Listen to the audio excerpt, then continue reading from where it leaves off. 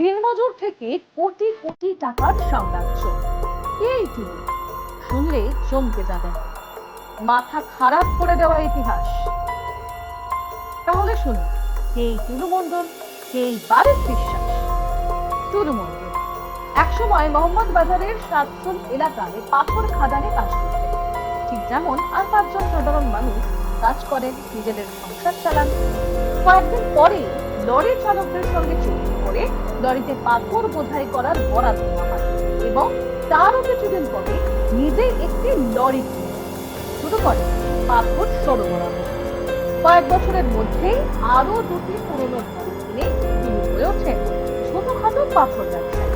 এক প্রভাবশালীর হাত মাথায় পড়তে ভাগ্যের চাকা ঘুরে যায় তার। রাজ্য সরকারের বীরভূম জেলার ডিপিআর কালেকশনের দায়িত্ব পায় টুলুর সংস্থা। সেখান থেকেই তার ফুলে ফেঁপে ওঠা। তার আয় বেড়ে দাঁড়ায় মাসে কোটি কোটি টাকা। কিভাবে হতো এই ডিপিআর দুর্নীতি? সরকারি হিসেবের বাদেও লরিতে অতিরিক্ত পাথর পাচার করা এবং তাতে বেআইনি ভাবে পাথর বোঝাই করার জন্য দেওয়া হতো ডুপ্লিকেট ডিপিআর। বীরভূম জেলার প্রায় সর্বত্র এবং খাদান এলাকায় খোলা হয় নকল টোল গেট, যেখানে সরকারি টোল গেটে বেশি পাথর বোঝাই করা হলে দিতে হতো বেশি ফাইন, সেখানে নকল টোল গেটে দিতে হতো কম ফাইন। অভিযোগ, শুধু নকল টোল দিয়ে লরি না গেলে চলত হুমকি, ব্যবসাও বন্ধ করে দেওয়া হতো।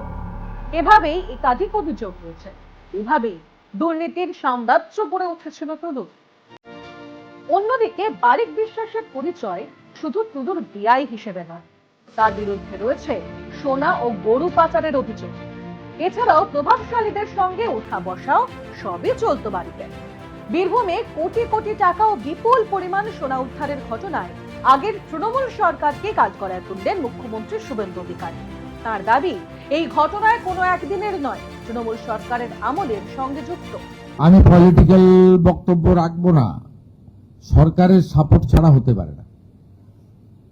প্রাক্তন মুখ্যমন্ত্রী মমতা বন্দ্যোপাধ্যায়ের সাপোর্ট ছাড়া এটা হতে পারে না। এত বড় র্যাকেট, এত দিন ধরে সবাই ইনভলভ রয়েছে। আপনি এটা তো পুরো এন্টায়ার স্টেট গভর্নমেন্ট, যিনি লিড করেছেন, responsibility goes to her also. না না, ওনার রেসপন্সিবিলিটি গেছে, কারণ এটা তো একটা একদিনের একটা ইনসিডেন্ট নয়।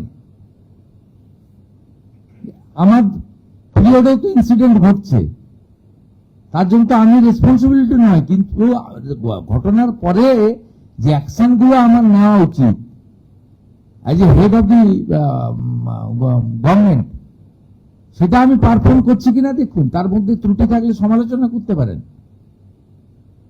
কিন্তু একটা অর্গানাইজ বছরের পর বছর রেভিনিউ ফাঁকি দিচ্ছে। 243টা গাড়ি তো একদিনে কেনা যায় না। অডি, বিএমডব্লিউ কেনা হচ্ছে, লুকিয়ে পকেটের মধ্যে রাখা যায় না। তবে টুলু এখন কোথায়? সূত্রের খবর, টুলু এখন বিদেশে গা ঢাকা দিচ্ছে।